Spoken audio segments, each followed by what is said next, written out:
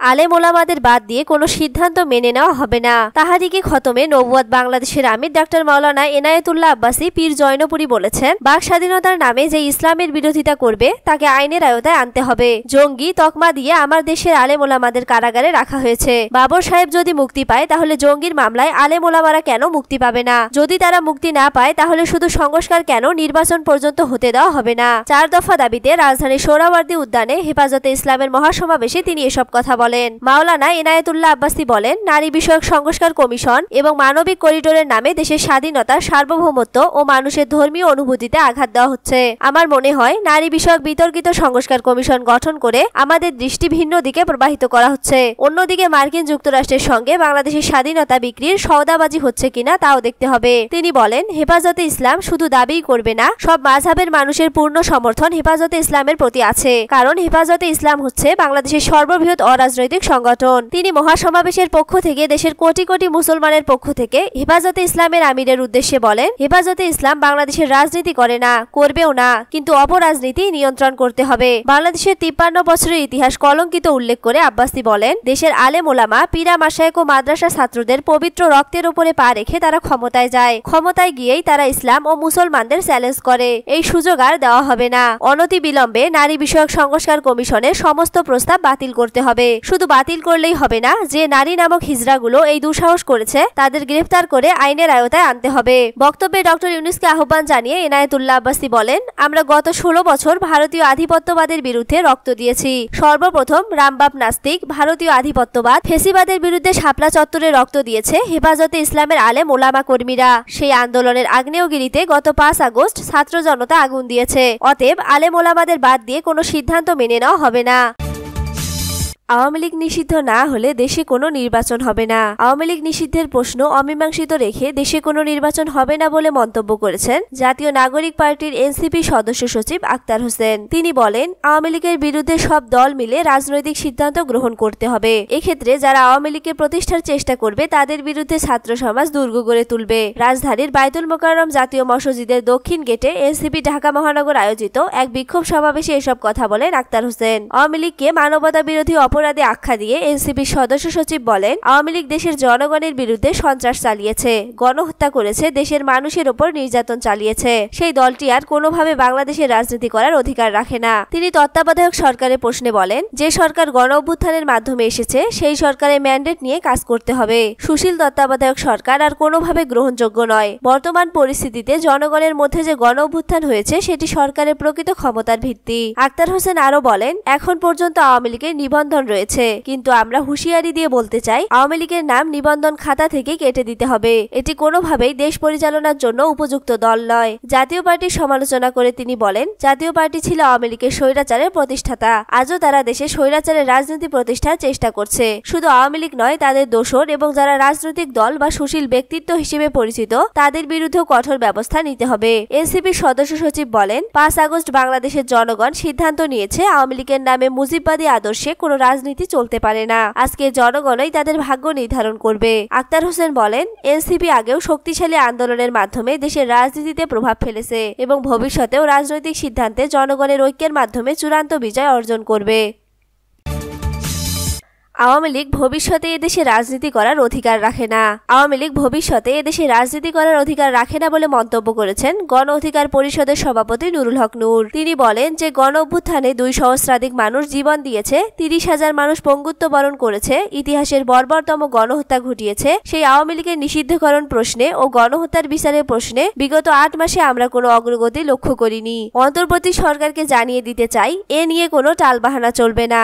অনতি বিলম্বে বিচার বিভাগের মাধ্যমে নির্বাহী আদেশের মাধ্যমে রাজনৈতিক ঐক্যমতের ভিত্তিতে আওয়ামী লীগের বিষয়ে দ্রুত সিদ্ধান্ত নিতে হবে। এখনো রাজপথে শহীদের রক্ত শুকায়নি, শহীদ ও আহত পরিবারের কান্না থামেনি। নারায়ণগঞ্জের বিসিকে যুব সমাবেশে প্রধান অতিথির বক্তব্যে তিনি এসব কথা বলেন। এদিন নারায়ণগঞ্জ জেলা ও মহানগর যুব অধিকার পরিষদের উদ্যোগে এই যুব সমাবেশের আয়োজন করা হয়। নুরুল হক নূর বলেন, রাজনৈতিক দলগুলো গত 16 বছরে লড়াই সংগ্রাম করলেও জনগণ সেভাবে সে লড়াইয়ে সামিল হয়নি, কারণ রাজনৈতিক নেতৃত্বের কর্মকাণ্ডের প্রতি অবিশ্বাস রাজনৈতিক নেতৃবৃন্দের প্রতি মানুষের সন্দেহ সংশয় রয়েছে। তাই প্রথাগত রাজনৈতিক দলগুলোর বাইরে রাজনীতিতে পরিবর্তনের অঙ্গীকার নিয়ে মানুষকে রাজনীতিতে ফেরার আহ্বান করেছে। সেই সঙ্গে অল্প সময়ের মধ্যেই আমাদের গণ অধিকারের গণজোয়ার তৈরি হয়েছে। তিনি বলেন, ফেসিবাদের পতনের পরেও আমাদের রাজনৈতিক সহযোদ্ধাদের মাঝে পুরনো বৈশিষ্ট্য লক্ষ্য করছি। বাংলাদেশের কোথাও চাঁদাবাজি, দখলবাজি, রাজনৈতিক দুর্বৃত্তায়নের প্রভাব বিস্তার বন্ধ হয়নি। এগুলো চললে কেন এতগুলো মানুষ জীবন দিল? সেই জবাব রাজনৈতিক নেতৃবৃন্দকে দিতে হবে। কোন কোন দল যদি ভাবেন আমরা একাই 100, আমরা সব নিয়ন্ত্রণ করব, আমরাই সব হর্তাকর্তা, তাদের বলবো আওয়ামী লীগের পতন থেকে শিক্ষা নিন। আসামির হাতুড়ির আঘাতে 2 পুলিশ আহত। কুষ্টিয়ার মিরপুরে আসামির হাতুড়ির আঘাতে 2 পুলিশ সদস্য, এসআই ও কনস্টেবল আহত হয়েছেন। শুক্রবার রাত 8:30টার দিকে উপজেলার পালপাড়া বাজার এলাকায় এ ঘটনা ঘটে। আহত কনস্টেবল রুস্তম আলীকে মিরপুর উপজেলা স্বাস্থ্য কমপ্লেক্সে চিকিৎসা দেওয়া হয়েছে। অভিযুক্ত আসামি আশিক বর্তমানে পুলিশ হেফাজতে রয়েছেন বলে জানিয়েছেন মিরপুর থানার ওসি মমিনুল ইসলাম। পুলিশ ও প্রত্যক্ষদর্শীরা জানান, আমলাপাড়া এলাকা থেকে সন্দেহভাজন আশিককে আটক করে আমলা পুলিশ ক্যাম্পের এসআই মনিরুল ইসলাম ও কনস্টেবল রুস্তম আলী মোটরসাইকেলে করে থানায় নিয়ে যাচ্ছিলেন। পথে পালপাড়া বাজার এলাকায় আসামি চিৎকার করে মোটরসাইকেল থামাতে বলেন। গাড়ি থামাতেই আশিক হঠাৎ কোমর থেকে হাতুড়ি বের করে এসআই মনিরুলের মাথায় আঘাত করেন। এতে হেলমেট ভেঙে যায়। এরপর পেছনে বসা কনস্টেবল রুস্তমের মাথায়ও হাতুড়ি দিয়ে আঘাত করলে তার মাথা ফেটে যায়। স্থানীয়রা আহতদের উদ্ধার করে প্রাথমিক চিকিৎসা দেন। পরে আহত কনস্টেবলকে হাসপাতালে নেওয়া হয়। ওসি মমিনুল ইসলাম জানান, আসামি পুলিশের উপর হামলা করেছে। আমরা বিষয়টি তদন্ত করে আইনগত ব্যবস্থা নিচ্ছি। ভুলে যাবেন না, আমরা আপনাকে ক্ষমতায় বসিয়েছি। জাতীয় নাগরিক পার্টির এনসিপি দক্ষিণাঞ্চলের মুখ্য সংগঠক হাসনাত আব্দুল্লাহ প্রধান উপদেষ্টা ডক্টর মোহাম্মদ ইউনূসকে উদ্দেশ্য করে বলেছেন, আপনি ভুলে যাবেন না, আমরা আপনাকে ক্ষমতায় বসিয়েছি।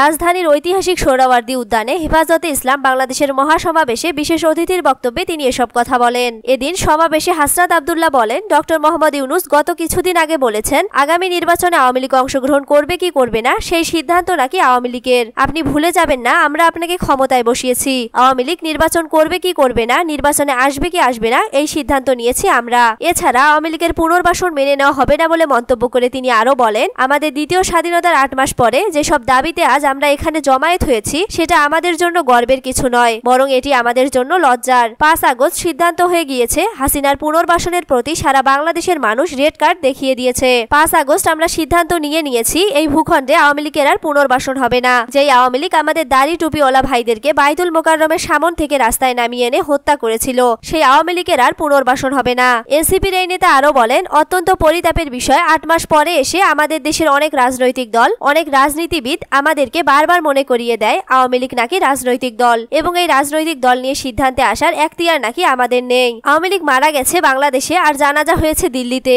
উল্লেখ করে তিনি বলেন, শহীদদের রক্তের উপর পা দিয়ে এই আওয়ামী লীগ বাংলাদেশে আসবে না। এই সংস্কার আমাদের দেশের সবচেয়ে বড় সংস্কার, আওয়ামী লীগকে নিষিদ্ধ করতে হবে। হাসনাত আব্দুল্লাহ বলেন, আপনারা ভুলে গেলে চলবে না, আওয়ামী লীগ কোনো রাজনৈতিক দল নয়। 71 পরবর্তী সময়ে আপনারা দেখেছেন শেখ মুজিব সর্বপ্রথম বাকশাল কায়েম করে গণতন্ত্রকে গলা টিপে হত্যা করেছেন। এই বাকশাল দিয়ে 30,000 জাসদ কর্মীকে হত্যা করে সারা বাংলাদেশে কসাইতন্ত্র কায়েম করেছে। তাদের লুটপাটের কারণে 74 সালে দুর্ভিক্ষে 15 লাখ মানুষ মারা গেছে। তিনি আরো বলেন, আওয়ামী লীগ কোনো রাজনৈতিক দল নয়, এটি সন্ত্রাসী সংগঠন। এই সংগঠনকে নিষিদ্ধ করার মধ্য দিয়ে আমরা সংস্কার করতে চাই। প্রয়োজন হলে শেষ রক্তবিন্দু দিয়ে এই তরুণ প্রজন্ম আমরা হাসিনার ফাঁসি নিশ্চিত করা পর্যন্ত আন্দোলন চালিয়ে যাব।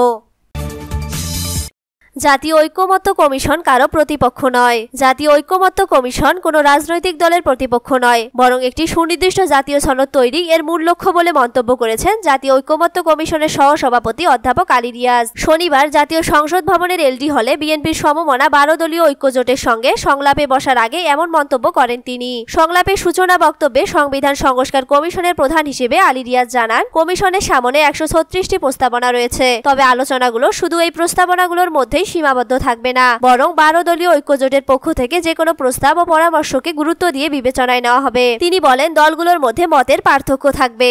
জাতীয় স্বার্থে নেতাকর্মীরা যেমন নিজ নিজ অবস্থান থেকে কথা বলবেন, আবার ছাড় দেওয়ারও মানসিকতা থাকতে হবে। সব বিষয়ে একমত হওয়া সম্ভব না হলেও রাষ্ট্র গড়ার ক্ষেত্রে একমত হতে পারবেন বলে জানিয়েছেন ঐক্যমত্য কমিশনের সহসভাপতি। তিনি আরো বলেন, কমিশন কারো প্রতিপক্ষ নয়। আমাদের উদ্দেশ্য কাউকে চাপে রাখা নয়, বরং সংস্কার কমিশনের সুপারিশগুলো বিবেচনায় নিয়ে একটি বাস্তবসম্মত সম্মত গ্রহণযোগ্য রূপরেখা দাঁড় করানো। এ সময় বিএনপির সমমনা 12 দলীয় জোটের পক্ষে ন্যাশনাল পিপলস পার্টির চেয়ারম্যান ফরিদুজ্জামান ফরহাদ বলেন, গত 1.5 দশক ধরে গণতন্ত্রকামী দলগুলো গণতন্ত্র ও জনগণের অধিকার প্রতিষ্ঠায় আন্দোলন চালিয়ে যাচ্ছে। আমাদের বিশ্বাস, জাতীয় ঐক্যমতের ভিত্তিতে একটি নতুন পথ নির্মাণ করা সম্ভব। তবে অনির্বাচিত সরকারের ক্ষমতায় থাকার বিষয়টি দীর্ঘায়িত হওয়া উচিত নয়।